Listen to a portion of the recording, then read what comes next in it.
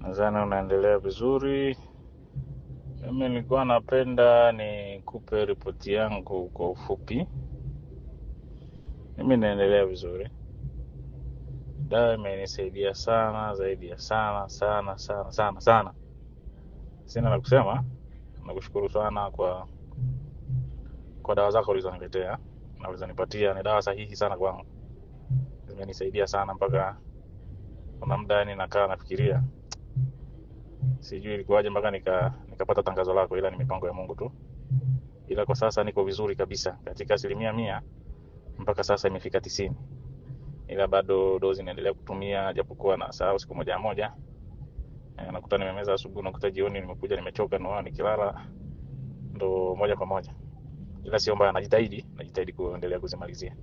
Ila kwa hali yangu kwa sasa iko vizuri 90%. Naelekea 100 kwa sasa. Usisite kunishauri. Utakapoona nahitajika kutumia hichi, wewe utaniambia, nitakuwa natumia. Ila dawa imenisaidia sana. Kwanza hamu haiishi. Hamu haiishi. Hata nikifanya, nikimaliza, hamu bado haiishi. Kwanza nina mbegu za kutosha. Ziko nyingi. Nisikufiche, ziko nyingi.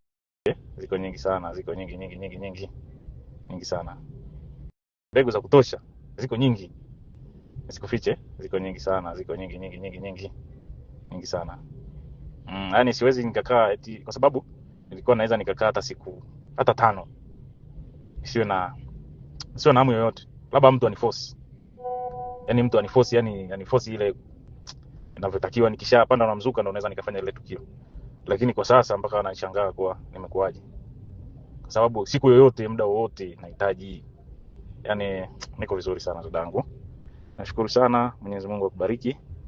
Tuwe tunaendelea kuwasiliana, au utakachonishauri nitafanya.